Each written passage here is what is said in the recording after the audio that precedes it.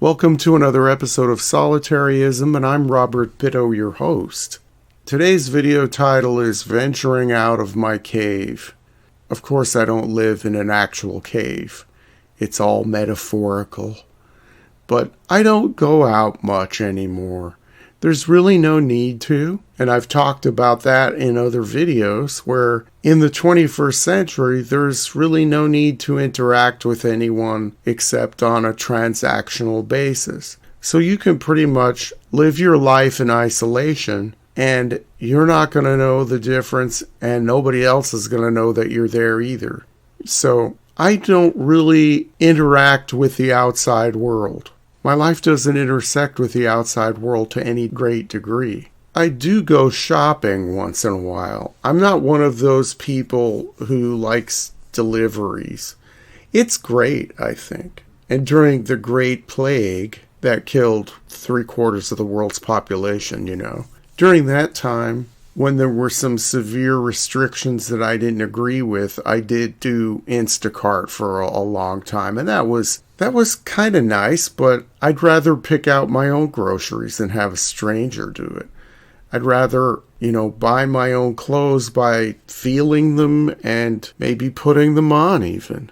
So for me, I'm not that much of an online shopper. And that kind of sucks because that means I have to go out and venture into society. Oh no. Well, what I think about society. America is not a society. We're a random collection of strangers. So, okay, I go among the random collection of strangers. And as I record this, the 99-cent only stores, which are in 4 states in the West, they're all going out of business because of high theft, shoplifting, grab and dash. We've all seen those videos. And high salaries, mandated by the state of California, skyrocketing rents, all that stuff, whatever. So they're doing this everything must go sale, which really wasn't that much of a sale. So I go out and I'm like, 10% off, whatever. Well, maybe 30 on this aisle. So I go out and I buy a few things, maybe $20, $25 worth of stuff that I'm going to use. And the lines are horrendous because they're short-staffed. Some people jump ship before the stores were closing. So I'm in line. I'm standing behind this woman who's about 5'6", 200 pounds, just mean looking and wearing this top with straps on it so I could see all her back tattoos. And she was wearing the customary yoga pants. And she had 3 kids in tow. One of them was a little off. Everybody's autistic these days, so poor kid, right? She's grabbing his forearm to such a degree that it's turning color.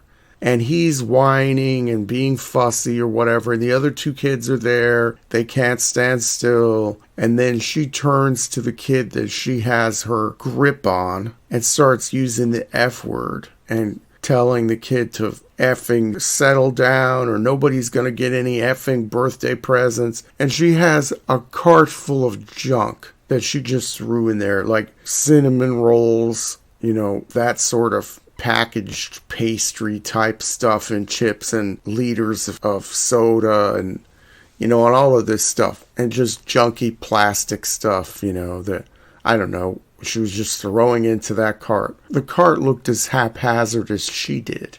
But she couldn't stop swearing at these kids. And I couldn't believe this because I remember when I was a kid, if a child dared to act up in public, the mom would always say, and my mom was guilty of this too, just wait until we get home. You deal with it away from public. And no one would swear like that to their own kid. It was disgraceful. But the store was just run down and full of people, and it was just awful, okay? It was terrible. And I got out of there, and it felt like I needed to take a shower or something. But I went to a local restaurant in the area, and I was seated. And while I was taking my seat, there was a dad and 3 kids and a mom at a table next to me. and I was getting into my seat, and the dad told his kid, who was about 8 years old, to F off. And I couldn't believe it. Because once again, here's a parent saying the worst swear words to his own children. And I looked at the guy, and he saw me look at him. And I don't know, people say that I'm scary looking or something like that. I can lay it on thick if I need to. But I just looked at the guy in a very disapproving way. And he looked down and he started shuffling and stuff. He knew what he said was wrong. And he had a foul mouth the entire time that I was sitting at that table. They were gone before I was even served. So I was sitting there for 5 minutes with my phone as my companion, I guess. You're never really alone when you're with the internet, right? So, they left and I had a pleasant lunch. And then after that, I went to Walmart. Okay. The Walmart I went to was scary. And again, long lines. I was just picking up a few things that I didn't get at the 99-cent store that I thought I could buy there, but they didn't have it. They were out. And I'm in the line to the self-checkout. And there are 10 self-checkout stands, but only 4 are open. And there are 2 really stern-looking women who are standing watching everybody in these 4 checkouts. And I go up there and I'm the next one. And I said to the woman, why are the other checkout stands open? I could barely understand her. She was wearing a mask. She was born in a foreign country. And she said, we don't have the people here. But I have to backtrack a little bit. Before I was the first person in line, there was a young couple behind me who were in their 20s. And I was listening to part of their conversation because I couldn't help myself. I wasn't eavesdropping. They were just loud talking. And the girl, I say girl because they must have been in their early 20s, right? She said, well, why are you treating me that way? I know that's how you treated your ex-girlfriend, but you're effing me now. You're not effing her. I couldn't believe the language. You'd say that in public. And this is how far we've fallen. It's so disheartening.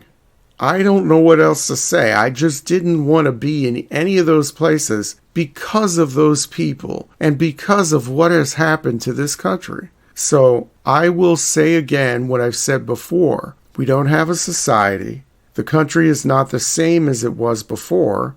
So why should we expect things to be the same in our lives? Like having friends, being around good people, having good neighbors. It doesn't exist anymore. So the quicker you give up the ideas that you're going to have something that used to exist, the better you're going to be. The more psychologically well-adjusted you're going to be to your situation. You can make it alone, and all you got to do is venture outside like I did, and you will confirm that being alone and isolating yourself from others is the way to go. You don't need people in your life. You don't need friends. You don't need people proximate to you. And that's about all I wanted to say on this. Needless to say, it will be a long time before I venture out of my cave again. So until next time, thank you for listening, and remember to be happy alone.